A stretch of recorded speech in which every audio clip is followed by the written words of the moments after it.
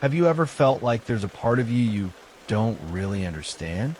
Like, you're not sure who you really are anymore? I've been there too. Let me share something with you. Maybe it'll help you see things a little clearer. I don't know if you've ever felt like you just didn't belong. Not in the dramatic teenage angst kind of way, but in this quiet, steady sense that the world wasn't really made with you in mind. I remember feeling that way as a kid, like I was watching everything from behind glass. Everyone else seemed to know the rules, how to laugh at the right moments, how to care about the things we were told to care about. But I was always somewhere else. Not better, just other. There was this boy I knew, Wilhelm. He wasn't flashy or loud or even particularly interesting by the world's standards. But he had something rare. He noticed things, not the kind of noticing you do when you want to impress someone. I mean the kind where you look at a moment and feel it completely, like it's whispering a secret just to you. I saw that in him, and I recognized it because I felt it too. Wilhelm grew up in a small, quiet world. His parents were farmers, the kind of people who didn't say much unless they had to. His days were filled with silence. Not the peaceful kind, but the heavy, empty kind. The kind that makes you think before you even know what thinking is. That silence shaped him. It carved out a space inside him that words couldn't reach. And into that space, something ancient started to grow. People around him probably thought he was just shy, or maybe a little slow. He didn't engage the way others did. He wasn't interested in small talk or games or chasing what everyone else was chasing. It's not that he couldn't. It's that he saw through it all, even when he was too young to understand what he was seeing. And that made him feel alone long before he even had the language to call it loneliness. Looking back, I think Wilhelm was always on a different path. Not because he chose it, but because he was it. There are some people, I believe, who are born carrying questions that others don't even think to ask. Questions like, what does it mean to be real? Why does connection feel so far away? Is there more to life than just going through the motions? These questions don't shout. They hum like a low current under everything. And Wilhelm lived with that current. Sometimes people like him are mistaken for cold or detached. But that couldn't be further from the truth. There's a depth of emotion in that kind of person, so much that the world can feel overwhelming. So you learn to stay quiet, to pull back, to observe instead of participate. Not because you want to, but because that's the only way to breathe. It's strange how the world doesn't have much room for those who don't play along. There's this unspoken pressure to be normal, to fit, to follow, to smile at the right time. And when you don't, even without meaning to, people don't always respond kindly. They either try to fix you, or they label you, or they simply leave you alone. And sometimes that aloneness becomes a kind of home. Not because it feels good, but because at least there, you're not pretending. Wilhelm's quietness wasn't emptiness. It was depth, but the world didn't see that. And I think that's one of the cruelties of being different. Your richness gets mistaken for lack. Your reflection for absence.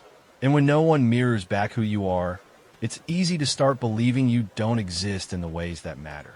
But even then, even in those early, wordless years, there was something forming in him, like a seed buried deep beneath the soil, waiting for something more. He couldn't name it, but it was there. I know because I felt that too. That sense that there's something in you that doesn't quite belong to the world as it is, but maybe to the world as it could be. Wilhelm didn't talk about it much. Not then. Maybe he didn't know how. But he carried it, and I think it carried him too, through the noise, through the loneliness, through the years when he wondered if there was anyone else who felt like him. And maybe you felt it too. That subtle ache when everyone else seems fine, and you're just not. The way you could be surrounded by people and still feel like you're floating somewhere above the room. The way your heart sometimes longs for something you can't even define. If that's you, I want you to know you're not broken, and you're not alone. Some of us are born with this sense of distance. And maybe that's not a curse. Maybe it's the beginning of something deeper. Maybe it's the first step on a path that leads not away from life, but closer to something real. That was Wilhelm's path. And in a way, it's mine too. It happened suddenly, the way real turning points often do. Not with a grand event or a dramatic decision, but with a single book in a quiet room. Wilhelm was at university, not because he had some grand dream, but because someone told him he should try. He arrived there like most people do, carrying the weight of what he thought he was supposed to be. The son of farmers. A practical man. A future shaped by expectation, not by choice. His life had a script already written. All he had to do was follow it. But then that book, I don't even remember what it was called. Maybe he didn't either, but it wasn't about the book itself. It was what it did to him. He once told me, with this quiet awe in his voice, that reading it felt like someone had reached inside him and turned on a light he didn't know was there. That moment didn't shout. It didn't demand. It simply was. And in that stillness, everything changed. You know that feeling when something speaks to you so clearly that it silences every doubt you've carried for years. That's what it did for him. It was the first time Wilhelm realized there was a world beyond survival. A world of ideas, of depth, of meaning. A world that called to the part of him he'd always kept hidden. The part that didn't want to be efficient or useful. The part that wanted to feel. From that day on, the path he thought he was on, the one carved by his parents and their parents before them, it just dissolved. He didn't reject it out of anger. He simply couldn't follow it anymore. Not after knowing there was something more. So he began to drift, not away from life, but toward himself. He studied literature, not to become a professor or to get a better job, but because the words reached him in a way no person ever had. They gave him permission to feel deeply, to question, to search. The more he read, the more he understood that his solitude wasn't emptiness. It was a doorway, and he started walking through it. But the world doesn't take kindly to those who change their path. People started pulling away. Friends who once shared his space didn't understand why he was always buried in books. His family grew quiet in a different way, the kind that comes with disappointment. Even his wife, later on, could never reach him. Or maybe she never tried. He didn't blame them. He knew this path wasn't easy to understand, but still hurt. The more he leaned into his calling, the more disconnected he became from the people around him. There's a loneliness in being true to yourself that no one really talks about. A grief for the life you had to leave behind, even when you know it wasn't yours to live. That's the thing no one prepares you for. When you choose meaning, you often lose comfort. When you choose truth, you lose belonging, at least the kind that's easy, automatic, expected. Wilhelm didn't chase solitude, but it found him the moment he stopped chasing the world approval. Still, he never turned back. He once said to me, "I'd rather feel alone in truth than connected in a lie." And I believed him, because I'd seen what the other kind of life did to people, the kind where you bury your longings and perform the roles assigned to you. It might look safe, but it's not living. It's disappearing by degrees. Wilhelm didn't want to disappear. He wanted to be, fully, honestly, even if that meant walking alone. Sometimes I think about the courage that takes. Not the kind of courage that people celebrate, but the quiet kind, the kind that looks like a man sitting at a desk, reading in silence while the world moves on without him. The kind that lets go of applause in exchange for peace. The kind that chooses the inner path, even when it leads into darkness. And there was darkness. I'll tell you more about that soon. But for now, just remember this. The moment you awaken to something real inside you, the world outside will shift. People might leave. Expectations will crumble. You might even wonder if you've made a mistake. You haven't. The path to yourself isn't paved with approval. It's paved with longing and loss and a quiet kind of joy that no one else can give you because it was yours all along. That's what Wilhelm found, and it changed everything. I think the hardest part about choosing your own path isn't the solitude itself. It's the realization that the further you go, the less you can turn back. That was something Wilhelm started to feel deeply after those early years of study. At first, the books were a refuge, the ideas a lifeline, but slowly, almost imperceptibly, that refuge became the only world he could truly breathe in. By then, he had built a life that looked normal enough on the outside. A job, a marriage, a routine. But it was all just scaffolding around the real journey, the one unfolding silently within him. You could see it in his eyes sometimes, that distant look that wasn't sadness exactly. It was depth, like he was always halfway between this world and another. I remember once watching him at a gathering. People were laughing, talking over each other, chasing the lightness of the moment. And there he was, standing slightly apart, not out of shyness, but because the noise didn't reach him. He was present, but not there. It wasn't loneliness. It was something else. Like his soul was quietly watching, asking, "Is this all there is?" Wilhelm didn't despise the world. He just couldn't pretend to need what it offered. Over time, his aloneness became more pronounced. Not because he wanted to push people away, but because connection started to feel impossible. Most conversations felt like theater, rehearsed, surface level, full of unspoken scripts. And when you've tasted truth, it's hard to go back to playing roles. So he stopped trying. And yet, he wasn't bitter. That's what I always admired. His solitude wasn't angry or cold. It was quiet, purposeful. There was a dignity to it. He wasn't withdrawing from life.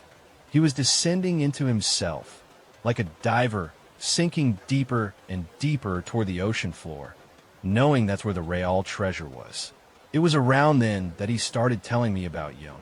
The idea that solitude was part of a psychological transformation, not a failure, but a phase, gave him a kind of grounding. Jung called it individuation, the process of becoming who you truly are by integrating every fragmented part of your psyche. Not just the light, polished parts, but the shadowy, rejected ones too. And to do that, you needed distance from noise, from others, sometimes even from yourself. Wilhelm was in the thick of that. He told me once, "You can't become yourself while you're still trying to be someone for everyone else." That hit me like a wave. Because isn't that what most of us do? We mold ourselves to fit in, to be liked, to keep the peace. But at what cost? For Wilhelm, the cost became too high. So he chose something else. Or maybe, more truthfully, something else chose him. But the path of individuation isn't glamorous. It's not filled with applause or clarity. It's filled with silence, with staring at the ceiling at night, wondering if the isolation means you're breaking or awakening, with walking through your days, feeling invisible and yet more you than ever before. Wilhelm walked that path with grace. But I won't lie, it was painful to watch sometimes. I saw him lose friendships, not in dramatic breakups, but in slow, unspoken drifting. I saw the distance between him and his wife become a chasm neither of them could cross. Not because he didn't care, but because he couldn't fake connection anymore. Not when it wasn't real. And through it all, he kept reading, writing, thinking, reflecting. The outer world may have dimmed around him, but the inner world lit up like a galaxy. I think that's the paradox of this stage. The more inward you go, the more alive you become. But to everyone else, you seem like you're fading. They don't see the richness blooming inside you. They only see the silence. But that silence is sacred. It's where the false self falls away. It's where you stop reaching and start remembering. It's where you realize that nothing outside you can define you. And in that realization, you touch something holy. Wilhelm never spoke about it like that. He wasn't dramatic, but you could feel it in him. A kind of quiet freedom. A slow unraveling of everything he was told to be. And underneath it all, someone new was emerging. Not new exactly, but uncovered. Real. Whole. If you've ever walked through that kind of solitude, you know what I'm talking about. It's not depression. It's not avoidance. It's a deep, soul-level reckoning. And it doesn't come with instructions. But when you're in it, you start to see the world differently. Not through bitterness, but through clarity. That's where Wilhelm was. And that's where I've been too. If you're there now, just know you're not lost. You're becoming. It may feel like you're disappearing, but really, you're shedding. The noise is falling away. And underneath it all, your true voice is waiting. Keep going. There's a moment in solitude when things shift, when the quiet stops feeling peaceful and starts becoming something else. That's when the shadow shows up. Not as a ghost, but as you. The version of you that you buried long ago. I remember Wilhelm telling me about it like it was a storm that rolled in without warning. He'd been living quietly for years, reading, reflecting, moving through life like a ghost with a pulse. But one night it changed. The silence turned inward. And what he found waiting wasn't serenity. It was everything he'd tried not to feel. Pain, rage, regret, a dull, aching grief for things he never allowed himself to want.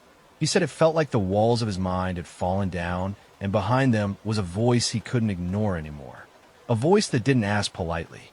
It accused. It mourned. It demanded to be heard. That was the shadow. Carl Jung talked about it often. How the parts of ourselves we repress don't just disappear. They fester. They grow stronger in the dark. And one day, they return. Not to destroy us, but to be integrated. But integration doesn't start with understanding. It starts with confrontation. Wilhelm met himself in that space. Not the self he showed his students or colleagues. Not the self who said, "I'm fine," when asked how he was. But the real one, the one that had been left behind in childhood. The angry boy who wanted to scream at the world for being so cold. The lonely man who longed for a partner who truly saw him. The human being who didn't just want truth, he wanted to be held in it. And that's the terrifying beauty of shadow work. It strips you bare. You realize how much you've lied, not to others, but to yourself. You see how often you've smiled when you were breaking, nodded when you wanted to run, agreed when you're whole, being whispered no. Wilhelm didn't run from those realizations. He sat with them, sometimes for hours, just sitting, breathing, letting the pain come, not analyzing it, just allowing it to be. He told me that in those moments, he felt like he was dying and being born at the same time. He cried, a lot, not because he was weak, but because his heart had been locked up for so long that when it finally opened, everything poured out at once. It wasn't just sorrow, it was love too. Love for himself, for the boy he used to be, for the man he was becoming. And I think that's something most people never do. We all carry shadows. We all have things we'd rather not face, mistakes, memories, desires we've labeled as shameful. But instead of turning toward them, we distract ourselves. We numb, we scroll, we work, we talk over the silence. Wilhelm chose differently. He chose to listen, and in doing so, he began to change. Not in some grand, cinematic way, but in quiet ways. He forgave more, spoke less, let go of things that no longer resonated. He stopped trying to be understood, and strangely, that made him more seen than ever. Because something happens when you own your shadow. You stop performing. And that authenticity, raw, imperfect human, it's magnetic. Not to everyone, but to the people who matter. I won't pretend it was easy for him. There were nights when he doubted everything. Days when he felt like he was falling apart. And honestly, some of those cracks never fully healed. But what emerged from the breaking was something rare, wholeness. Not perfection, not enlightenment, just wholeness. The kind that comes from holding both your light and your dark in the same breath and saying, this too is me. I think we all have to reach that point at some stage. The place where the noise of the world fades and all we're left with is ourselves. The question isn't whether the shadow will come. It's whether we'll face it when it does. And if you're in that space now, if you're feeling that heaviness creeping in, if you're afraid of what you might find in the quiet, I want you to know you're strong enough. You were made for this. The shadow isn't there to destroy you. It's there to reveal you. That's what Wilhelm taught me. That's what life keeps teaching me. You're not broken. You're unfolding. There's a razor-thin edge between depth and drowning. And Wilhelm walked it for years. After he faced his shadow, something in him shifted. He became more still, more self-contained. But there was a point where even I couldn't tell if he was evolving or vanishing. That's the thing people don't talk about enough. When you go deep inside yourself, there's no map. No sign that says, you've gone far enough, now come back. You can lose your way. And Wilhelm almost did. He started pulling away even more. Not just from people, but from the world itself. He stopped returning calls. Rarely left the house unless he had to. Conversations became too exhausting, even with those he once trusted. He wasn't angry. He wasn't bitter. He was just somewhere else, like he was orbiting reality, not living in it. At first, I thought this was part of the process, the necessary silence after the storm of shadow work. But over time, that silence became eerie. It wasn't peaceful anymore. It was hollow, like something essential had slipped through his fingers, and he wasn't sure how to get it back. It reminded me of something Jung once said, that self-reflection, if not grounded, can turn into a loop. You keep digging, hoping to find answers, but instead, you just get further from the surface. And eventually, you forget what you were looking for in the first place. Wilhelm had always found refuge in literature, but even that began to feel different. The words no longer lit him up the way they once did. He'd read entire passages and look up with blank eyes, as if nothing had landed. He was still there, physically, but the light behind his thoughts had dimmed. It scared me. He told me once, in a rare moment of vulnerability, "I don't know if I'm still growing or just disappearing." That sentence sat heavy between us, because there's a point where introspection can become a prison, where solitude turns into isolation, where seeking meaning turns into avoiding life.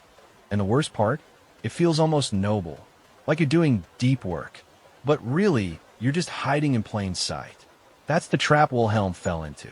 But here's what saved him: a single, simple thread: his connection to literature. Even at his lowest, he still held on to it. Barely, but it was there. Not because it entertained him, but because it reminded him there was something human left in him. Something real. Something that still reached for connection, even in the dark. He began writing again. Not for publication, not for praise, just for himself. Journals, notes, scraps of thoughts. Some of it made no sense. Some of it was raw and painful. But it was his voice, and it became his rope out of the pit. I learned something watching him crawl back. Even when you're submerged in yourself, even when the world feels like a distant planet, a single act of expression can ground you. It doesn't need to be big, just true. For Wilhelm, that small act of returning to the page was a signal to the universe. I'm still here. It reminded me how fragile the line is between a deep soul and a lost one. The difference isn't strength, it's anchor. The people who survive the inward journey have something that ties them back to the world. Art, nature, a friend, a purpose. The ones who don't, they drift too far. Wilhelm came close, but he found his way back. Slowly, gently, with no dramatic turnaround, no overnight recovery. Just a quiet recommitment to stay in touch with what kept him sane. If you've ever been there, if you're there now, I want you to ask yourself, what is my anchor? What reminds you that you exist? What brings you back when the silence gets too loud? It doesn't have to be profound. It just has to be yours. Wilhelm's story taught me that self-awareness is not the goal. It's the beginning. The real challenge is to come back from the depths, still holding your truth, and live. Not perfectly, just honestly. So if you're diving deep, do it bravely. But leave a trail, leave a thread, and don't be ashamed to reach for it when the darkness lingers too long. Because knowing yourself is powerful. But coming back with that knowledge, that's where freedom begins. Something began to shift in Wilhelm. It didn't happen all at once. There was no dramatic realization, no epiphany written in the sky. It was more like a soft thaw, the kind that happens at the end of a long winter, so slow you almost don't notice it until one day you realize the ice is gone. He started showing up again. Not loudly, not all at once. But I remember the first time he accepted an invitation to coffee, after years of politely declining everything. We sat in silence for most of it, and that silence felt comfortable, not heavy. Then, out of nowhere, he looked up and said, "I think I can come back now." I didn't ask him to explain. I didn't need to. Something in him had turned outward again. And that's the part of the journey most people forget, the return. Jung called it the archetype of the hero's return, the final step in individuation. After the descent, after facing the shadow, after integrating the broken pieces, the task is not to stay in the cave. The task is to bring what you found back to the world. But this is harder than it sounds, because when you've changed that deeply, the world looks unfamiliar. It feels loud and artificial.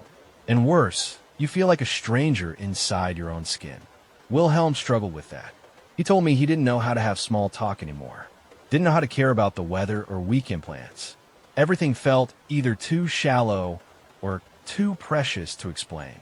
But he tried anyway, slowly, gently, and not with everyone, just with a few people who met him where he was. He no longer chased connection. He curated it. That was one of the most beautiful changes I saw in him. He He stopped pretending to be someone he wasn't just to be accepted. He started choosing the spaces and people that resonated with who he had become. There was a stillness in him now, not the kind that comes from withdrawal, but the kind that comes from knowing, for no longer needing to prove or perform. He could sit in a room and say nothing and still make you feel like you were seen. And that, to me, is what coming back looks like. Not flashy, not performative, just honest presence.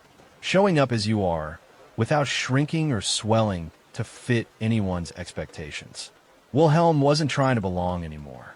He was trying to offer, to bring something back from his journey. Not advice, not answers, just a way of being that said, I've gone deep and I've survived. And you can too. That's the quiet gift of those who return. They don't come back to fix the world. They come back to live in it more truthfully. And in doing so, they light a path for others. I started noticing how he listened differently. He didn't jump to respond. He didn't try to fix people's pain. He just held space. Sometimes that's all we really need. Someone who's not afraid of the dark because they've sat in their own. That's who Wilhelm became. And the best part? He didn't see himself as special. He never acted like a guru or a sage. If anything, he became more humble, more quiet. He understood how fragile the human psyche is, how easy it is to lose yourself, how sacred it is to find your way back. He once told me, I don't want to teach. I just want to be real. And he was. It made me think of how many people are walking this same path in secret, going inward, unraveling, rebuilding, and how few are told that the journey isn't complete until they come home to the world again, until they let others see who they've become.